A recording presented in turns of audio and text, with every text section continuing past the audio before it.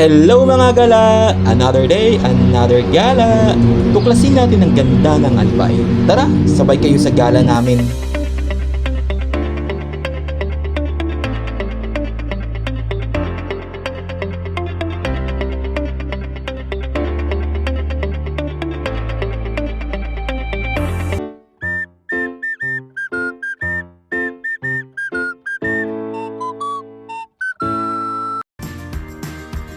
Umalis kami ng bahay ng alas 4 ng umaga at sa loob ng 13 oras, sa wakas narating din namin ang lalawigan ng Albay sa Bicol.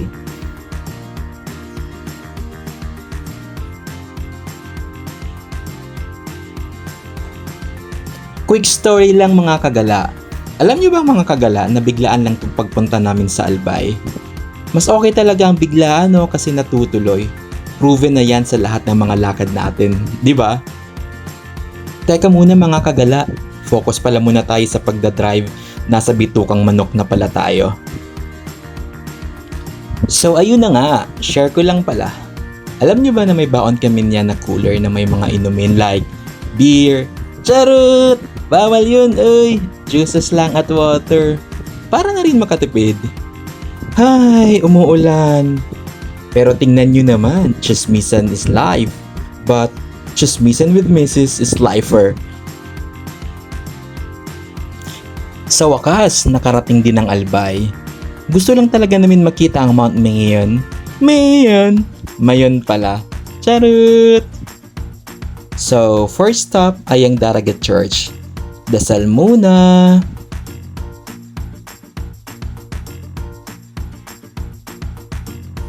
Susubukan namin na pumunta sa isa pang famous attraction.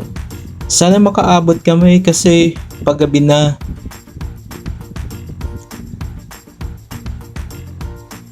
Ayun, umabot. Ito ang farm plate. Sa mga oras na ito, ang lamig talaga mga kagala. Di naman halata sa suot ko, di ba? Trivia lang guys. Dito pala ginanap ang shooting ng I Love My Wife Did It. Charot! Hindi!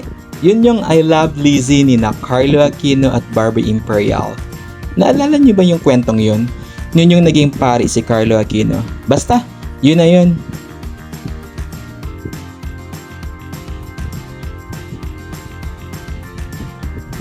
Ito palang tinagurian na happiest place in Bicol. Totoo naman. Tingnan nyo naman yung paligid. Ang ganda, tas fresh air pa, nakaka-happy talaga. Lalo na't kasama mo ang mahal mo. Naks! Makikita dito ang Red Barn.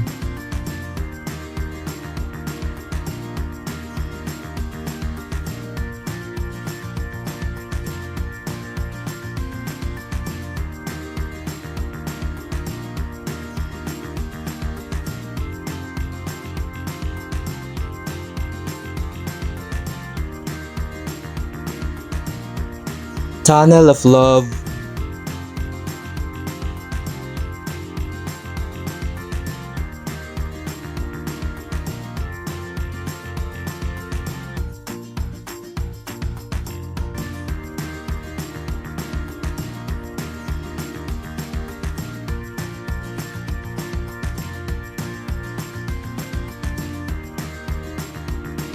Parang famous na smallest chapel in the Philippines.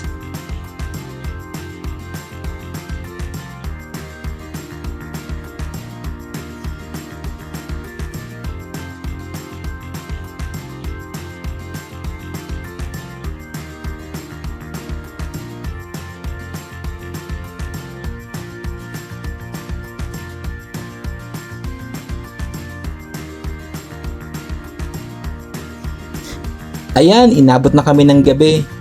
Bitin naman ang pasyal. Abangan ng part 2.